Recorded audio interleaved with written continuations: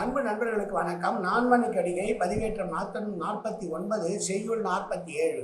போதினான் நந்தும் புனை தந்தார் மற்று அதன் தாதினான் நந்தும் கரும்பெல்லாம் தீதில் வினைனான் நந்துவர் மக்களுக்கு தம் தம் நனைனான் நந்தும் நரா.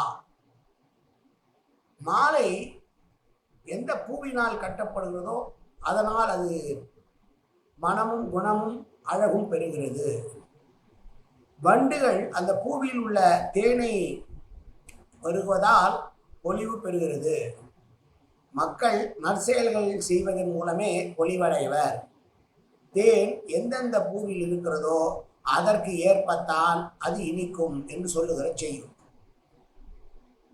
மாலை என்று சொன்னாலே எந்த பூவால் கட்டப்படுவதோ அதை வைத்துதான் அதற்கு மரியாதையும் மனமும் விலையும் இருக்கும். எனவே பூவை வைத்துதான் மாலை.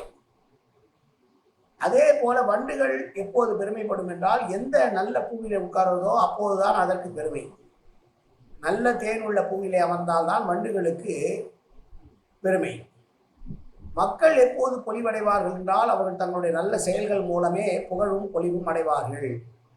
தேனும் எந்த பூவில் இருக்கிறதோ அந்த தன்மைக்கேற்பவே இனிப்பு தரும் என்று சொன்ன செய்யுளை பார்த்தோம். மீண்டும் ஒரு முறை செய்யுளை பார்ப்போம்.